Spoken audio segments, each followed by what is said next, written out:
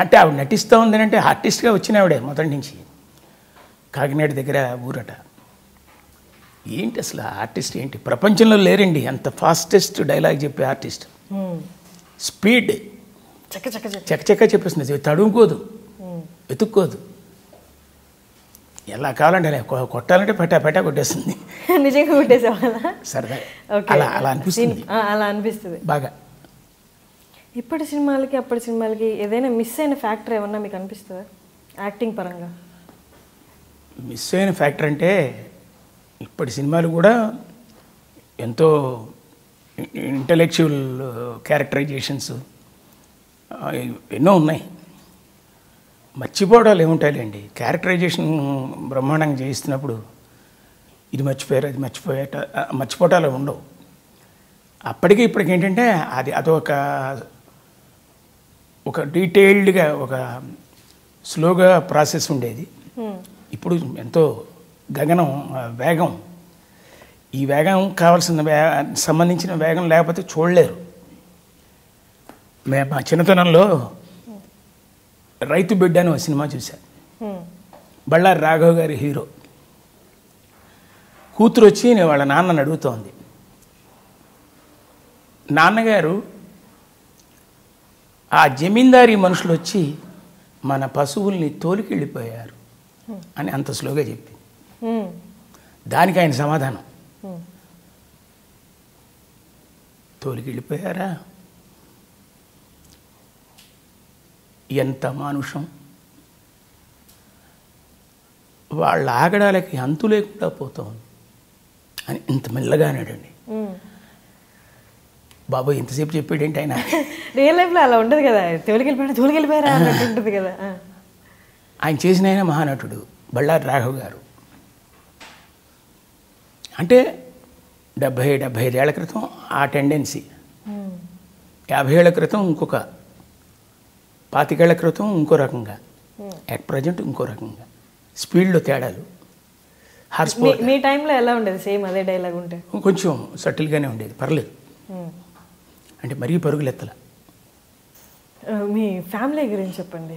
నాకు ఒక బాబు అండి, వాడు ఇంజనీరింగ్, మెకానికల్ ఇంజనీరింగ్ కంప్లీట్ చేశాడు, ఎంఎస్ చేశాడు.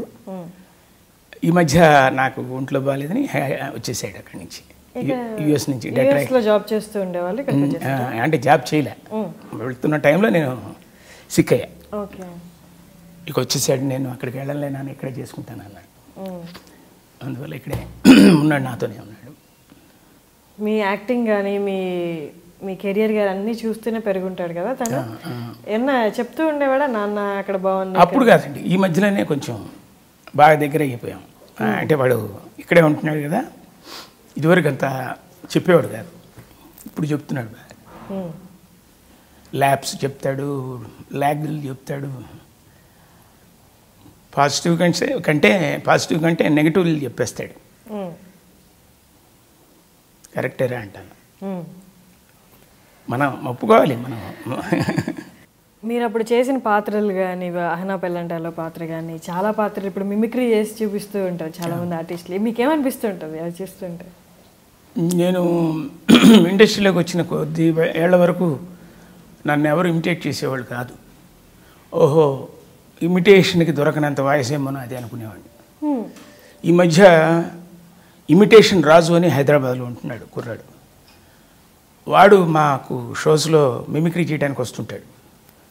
ఒకరోజు నేను షాక్ అయ్యా, వాడు నన్ను ఇమిటేట్ చేస్తాం మొదలుపెట్టాడు స్టేజ్ మీద. పర్ఫెక్ట్. అంటే ఇమిటేషన్కి నేను దొరకనేమో అని నేను అనుకుంటుంటే అతను చేసి చూపించాడు. షాకు. మొన్న మధ్య బ్రహ్మానందం, రే నిన్ను ఎవడరాడు బలి చేస్తున్నాడు ఇమిటేషను, వాడి పేరు రాజు అంట, ఎంత బాగా చేశాడు రా అన్నాడు. అతను అన్నాడంటే బ్రహ్మానందం మిమిక్రీ ఆర్టిస్ట్, తను ఒప్పుకున్నాడంటే ఇంకా అల్టిమేట్ అనమాట. మీరు ఎప్పుడు మిమిక్రీలు చేయడం అలా ఏం చేయలేదు? మీకు 2 వాయిస్లు అనేవాడిని మా నాటకాల టైంలో, 2 ఆర్టిస్టులు అనేవాడిని. కర్ణాటి లక్ష్మీ నరసయ్య గారు అని ఒక ఆయన ఉండేవారు, ఆయన్ని, పురుషోత్తం అని ఒక ఆర్టిస్ట్, ఓల్డ్ ఆర్టిస్ట్. వాళ్ళని ఇద్దరిలో ఎవరినైనా ఒకరినైనా ఇమిటేట్ చేయగలరా? అంటే ఆ ఆర్టిస్ట్ మీకు తెలుసుంటే బాగా ఎంజాయ్ చేస్తారు, అది నేను ఆలోచిస్తున్నా, అంతకంటే ఇంకేం లేదు. ఒకసారి చెయ్యండి, మేము గూగుల్లో తీసుకుంటాం. ఆయన్ని సెర్చ్ చేస్తారా? ఉంటే అప్పట్లో వాళ్ళు ఉంటే. ఇప్పటికీ ఉన్నాడు ఆయన 90 అంటే వాళ్ళ వీడియోస్ ఉంటాయి, ఉంటాయా? అది చూడాలి, ఆ కలెక్షన్ ఉంటే ఓకే.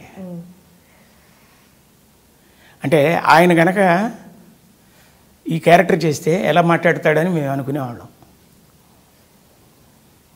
పరమేశ్వరుడు నొసంగిన పాశుపతాస్త్రం చే పార్థుడు గాంధీవమును ఎక్కుపెట్టినన్నాడు పితామహుడు. ఇది ఒక పౌరాణిక సినిమాలోని డైలాగ్.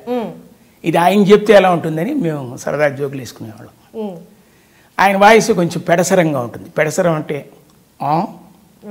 ఆహా అని ఈ టైప్లో ఉంటుంది. ఆయన చెప్తే ఎలా ఉంటుందని మేము ట్రై చేసాం. ఒకసారి నేను చెప్తుండగానే ఆయన పక్కన విని బయటకు వచ్చి ఇది నేను కాదు అన్నాడు ఆయన. మీరు చూసుకోలేదు ఆయన వెనక? ఏమో ఎప్పుడు వచ్చాడు ఎవడు తెలుసు. పరమేశ్వరుడు నొసంగిన పాశుపతాస్త్రం చే పార్థుడు గాంధీవం నెక్కబట్టి అని ఉంటుంది.